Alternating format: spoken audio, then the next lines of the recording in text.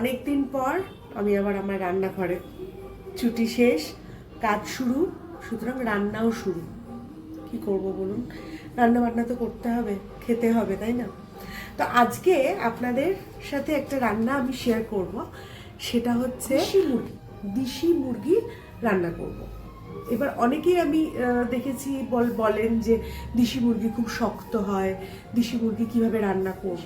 দেশি মুরগি রান্না করা এমন কিছু বিশাল ব্যাপার নয়। তো আমি আপনাদের দেখাই কি কি লাগবে দেশি মুরগি রান্না করতে। আমি নিয়ে নিয়েছি এই যে দুটো বড় বড় আলু, যদিও এটা আমি মাঝখান থেকে কেটে নেব, এত বড় সাইজের রাখবো না। এই যে দুটো পেঁয়াজ, আদা, টমেটো, রসুনটা ইম্পর্টেন্ট, তার কারণ হচ্ছে যে দেশি মুরগিতে একটু রসুন বেশি লাগে। আর কাঁচা লঙ্কা, আপনারা তো জানেনই কাঁচা লঙ্কাটা আমরা একটু বেশিই খাই, কিছু করার নেই, যাই হোক। আর এই হচ্ছে দেশি মুরগি। দেশি মুরগিতে এরকম একটু চর্বি মতন আছে, এটাকে একটুখানি আমি ওই হলুদ গুঁড়ো লঙ্কা দিয়ে ম্যারিনেট করে রেখে দিয়েছি। এই যে দেখুন, বিষয়টা হচ্ছে এরকম, এই যে দেখুন। আর দেশি মুরগি একটুখানি উইথ স্কিন, দেশি মুরগির স্বাদই কিন্তু উইথ স্কিন। তো এইটা হচ্ছে, যারা বলেন যে দেশি মুরগিতে মাংস পাওয়া যায় না, তারা হয়তো সেরকম ভালো দেশি মুরগি পাননি। কিন্তু এই যে দেখুন, যথেষ্ট পরিমাণ মাংস রয়েছে, এই যে দেখুন পুরোটাই মাংস। তো এইটা রান্না করব আমি। ফোড়নে এই শুকনো লঙ্কা দেব, ছোটো এলাচ আর এই দারচিনিটা, কিন্তু আমি পুরোটা একসাথে ফোড়নে দেব না। আমি যেটা করব, খানিকটা ফোড়নে দেবো আর খানিকটা ওই যে টমেটো দেখলেন, টমেটোর সাথে আমি বেটে নেব আপাতত।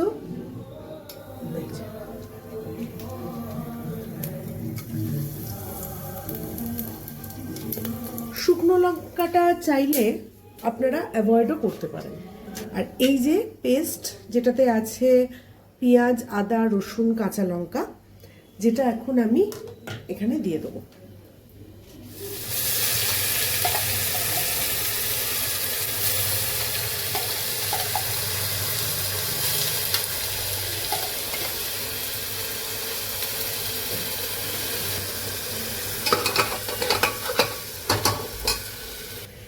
এই যে একটা টমেটো,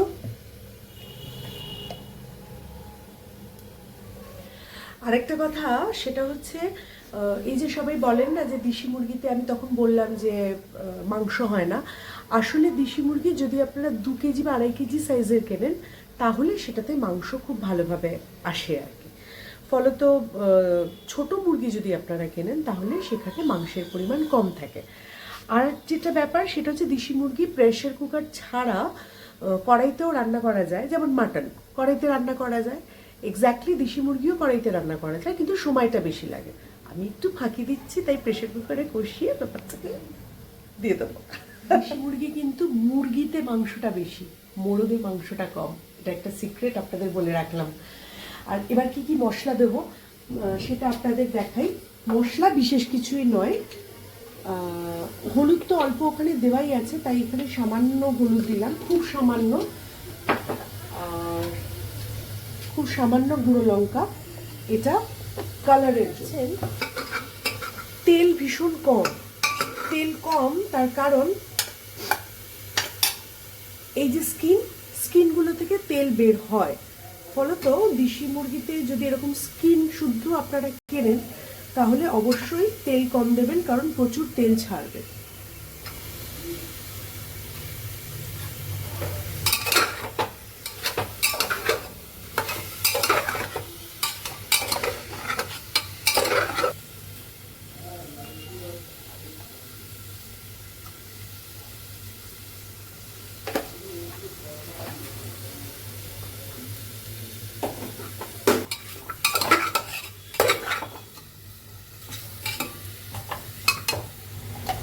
এইবার এইটা হচ্ছে টমেটো, গরম মশলা আর জিরে গুঁড়োটা আমার কাছে ছিল না, সেই জন্য আমি একটু জিরেটাও বেটে নিয়েছি। এই মশলাটা আমি দিচ্ছি। আমি একটু পরে টমেটোটা দিতে পছন্দ করি, কেন জানি না। কিন্তু একটু পরে।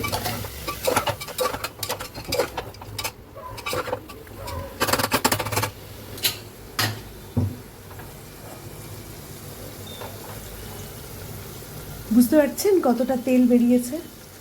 এতটা তেল বেরোয়। তো এইটা আমি আর একটু কষাবো।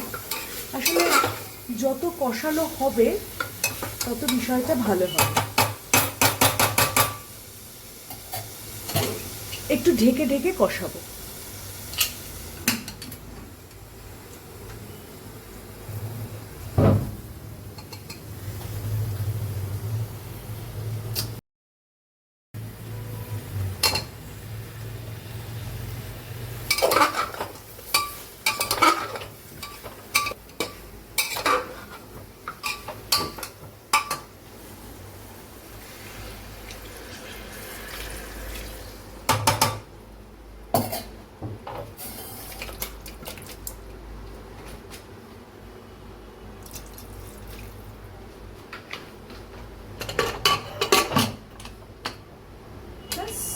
এবার কি 3-4টে সিটি, মানে মাটনে আপনারা যেটুকু সিটি দেন সেরকম সিটি, আর জল পরিমাণ মতন, মানে কষা খাবেন একটু ঝোল ঝোল খাবেন যেরকম খাবেন।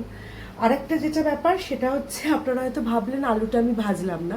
জেনারেলি আমি আলু ভাজি না, আমি এরকমভাবেই মাংসেতে আলু দিয়ে দিই, আর সেটা খেতেই বেশ সেদ্ধ সেদ্ধ একটা, এই ঝোলটা একটা আমাদের ভালো লাগে ওইভাবে রান্না করতে। তো আলু ভাজি না।